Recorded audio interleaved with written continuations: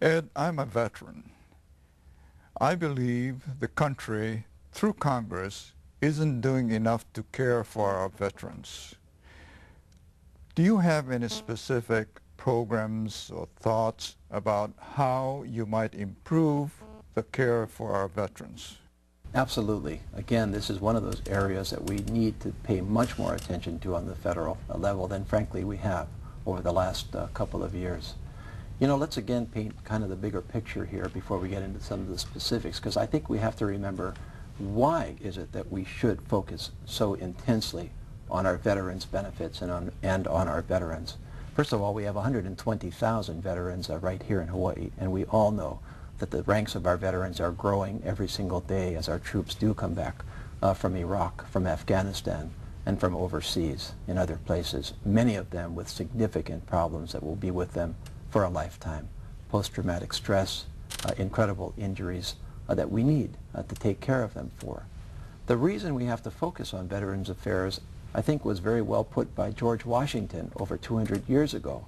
And what President Washington said was that it is not only our obligation to our veterans to fulfill our promises, but it is also a question of people that want to serve in our military, looking at how we have treated the veterans of the past to make a determination as to whether they can depend on our government to honor its side of the deal going forward. So this is about maintaining a strong military going forward as well.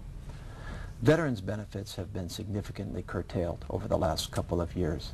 The short funding of veterans' benefits, the difference between needs and what we have actually funded, is coming in close now, amazingly, to $9 or $10 billion over the last 4 or 5 years. We cannot keep up with the obligations to our veterans if we simply say, pay lip service to veterans' benefits and yet not fund those veterans' benefits as a matter of budget priorities when we go into Congress and working with the President. This is true, of course, in the areas of the Veterans GI Bill. Like so many people out there, my father came out of law school after World War II off the GI Bill, and many people are doing that to this day. Veterans housing, an incredibly important part of our veterans benefits, veterans small business benefits, but the biggest of all is veterans health care. And we all know that health care is really stretched for our veterans. We've got to do a better job of funding and a better job of outreaching, especially to the rural parts of our state.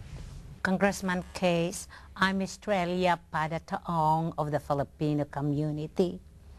And I would like to extend our million thanks for what you have done to the members of the family of the Filipino veterans of the World War II. And I believe that you did the groundwork of this program. And congratulations, and you received the commendations from the Filipino community.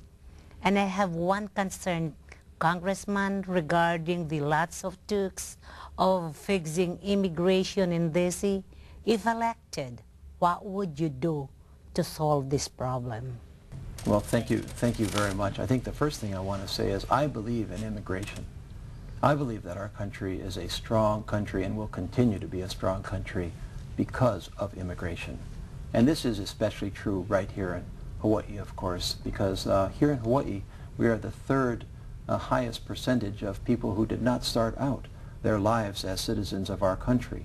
Almost 20% of all of us are naturalized American citizens. So I believe that we want immigration to remain strong going forward.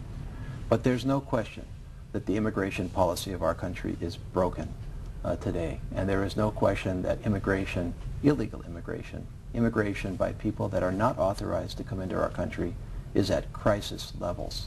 It has been 20 years since we took a look at our immigration policy.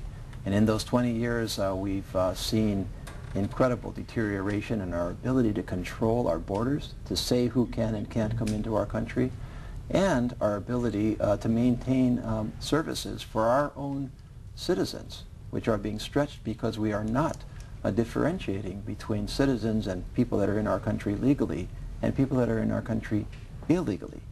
I believe we have to focus first and foremost on illegal immigration. That's where we have to go with immigration policy. We're up to 10 or 15 million illegal immigrants in our country today. That is not a way to run an immigration policy. We have to have stronger borders. We have to have requirements with our businesses in terms of verifying in advance legal status in our country.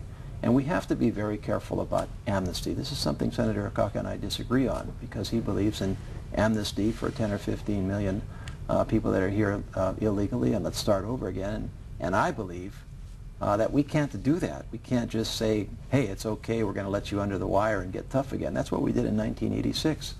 And look at where we are here today.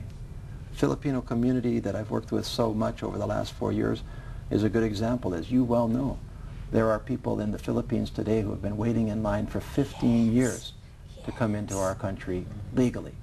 What kind of a message do we send to them if we simply say that everybody that came in here illegally, that's okay, we're going to take care of you, but if you waited in line legally for 15 years, you got to keep waiting? That's not a good policy. Thank you.